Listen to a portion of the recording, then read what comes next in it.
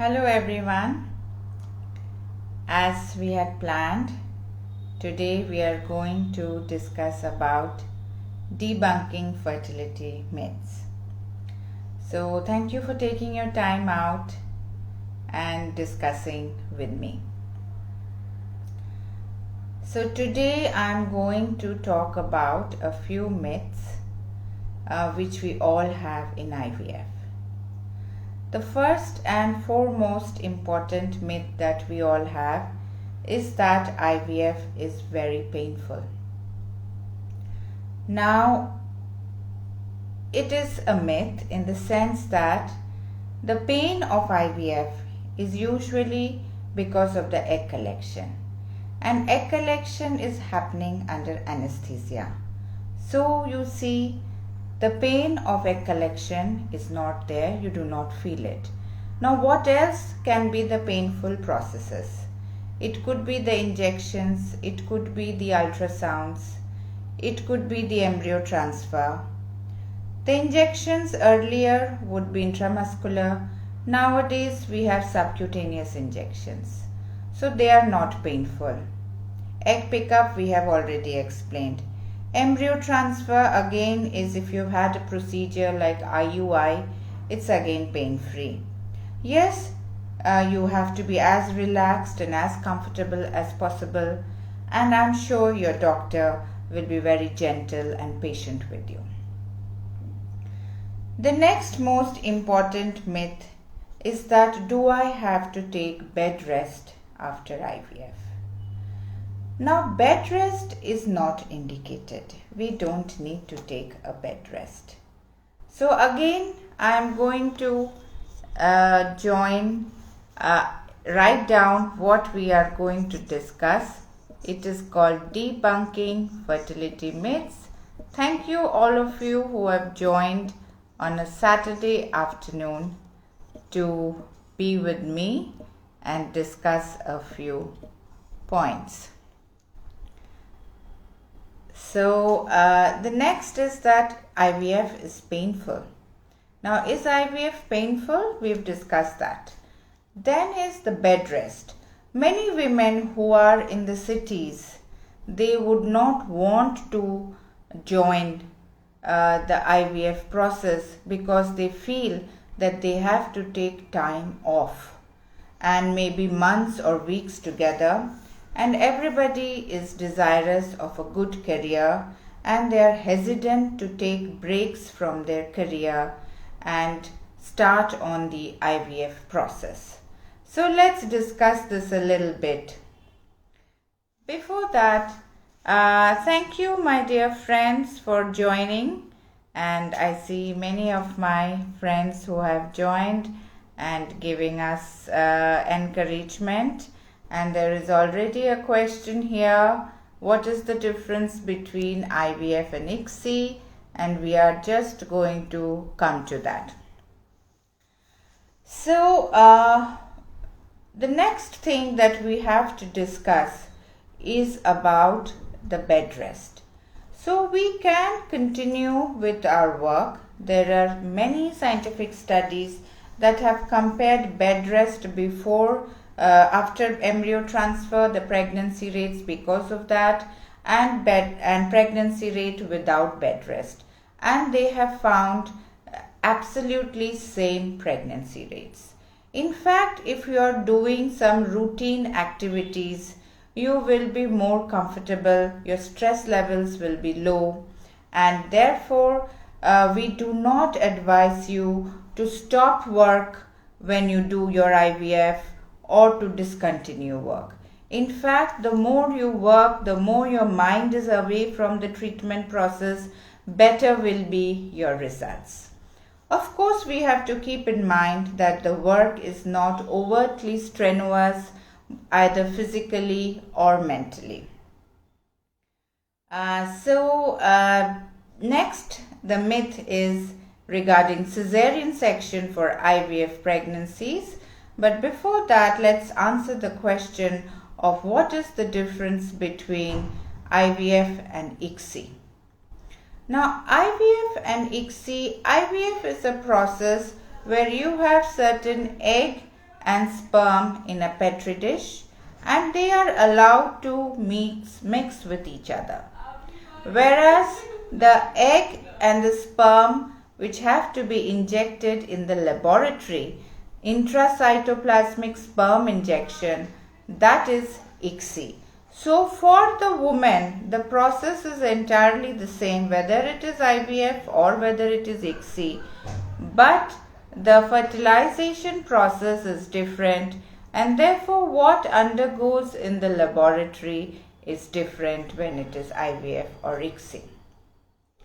So many times we are talking about bed rest in IVF, and we've discussed that. In fact, many couples, they ask when they should come, what is the duration they should stay, and we break it down into parts and pieces so that egg pickup is done. Sometimes transfer is done in the next month. So it's about 10 days here, 5 days here, and all these are daycare processes, so you don't have to take time off work.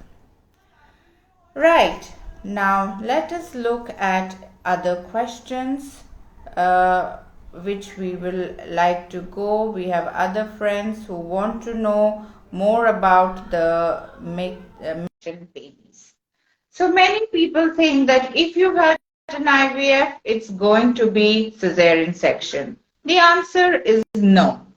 The answer is that whether it is IVF, whether it is natural conception, it depends really. If you've had an uneven full pregnancy, if you were comfortable, no complications, high blood pressure, diabetes or anything, then, and if you've gone into spontaneous labor, if your uterus is propelling well, cervix is dilating well, you don't need a cesarean section. You can have a normal delivery.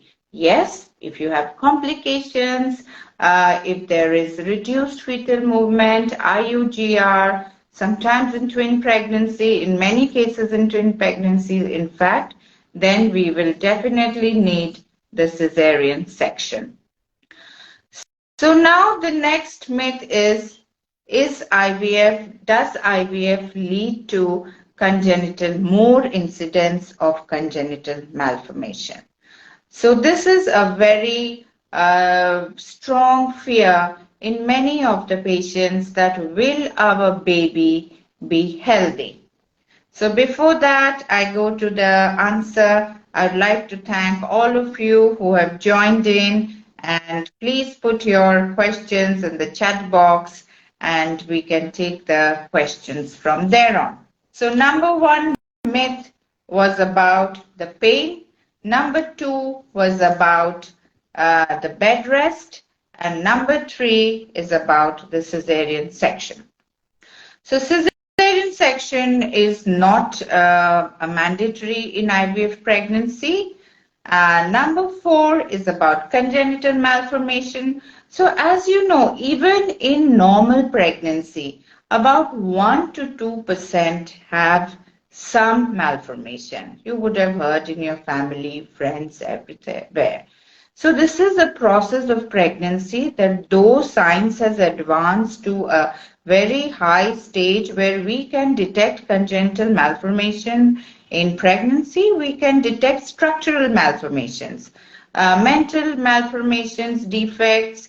These cannot be detected, and sometimes structural malformations are missed. So this is the case for all pregnancies. Now, in IVF, the 1 to 2% becomes 2 to 2.5, and some quoted studies 2 to 3. So the overall, the vast majority is still normal. 97 to 98% is still normal. The only conditions where the chance of transmission of congenital malformation is high is severe male factor problem, where the sperm count is less than 1 million and it runs in the families, and then it may be passed on to the male child. Or you have had other malformations in your families which you are transmitting. IVF ICSI per se is not associated with a huge increase in malformation. So yes, Sadhvi has asked, do IVF babies have more health? I presume your question is whether they're as healthy as natural pregnancies. So the answer is yes. More or less, they are of the similar health. Maybe about those who've had frozen embryo transfer, their weight is slightly on the higher side. So they're slightly heavier babies. So that is it. Now today we will be going to our last myth, and I'm sure there'll be a series of such questions and question answers that we will be taking up with you in the future. So the last myth is, are all IVF pregnancies twins? So of course, we all know the answer is no to that. But you know, there are many patients who come and say that we want a twin pregnancy, doctor. So, you know, firstly, we need to understand that IVF is not always 100%. So we prognosticate patients, means we decide as to whether it's a good prognosis, average prognosis, poor prognosis. So in that way, the good prognosis, the pregnancy rate is about 55%. So in that, the majority of them are singleton. So I have done IVF in 10 patients.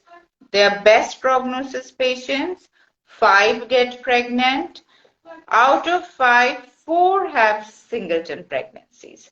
1 may have twin pregnancies. So the incidence is very low, and the chances of twinning is anywhere between 10 to 25%, depending on the number of embryos that we have transferred. Okay, so let's just chop down the myths that we have debunked today, and then in our next session, we will take in 5 more myths. So number 1 is, it's not a painful process. The painful processes can be controlled. Number 2 is that you do not have to take bed rest always, and you just need to have a light, easy work. And please do not discontinue your career while undergoing treatment. All pregnancies do not lead to a cesarean section delivery. The rate of congenital malformation is only slightly increased. Majority are normal babies. And last, you cannot decide whether you will land up with a singleton or a twin, and the pregnancy rate is about 50 to 55%. So thank you once again for joining and asking your questions, and we will take up the next session very soon, and I look forward to your questions again. So let me know in your Instagram in profiles as to any other question you have, and let's connect sooner rather than later.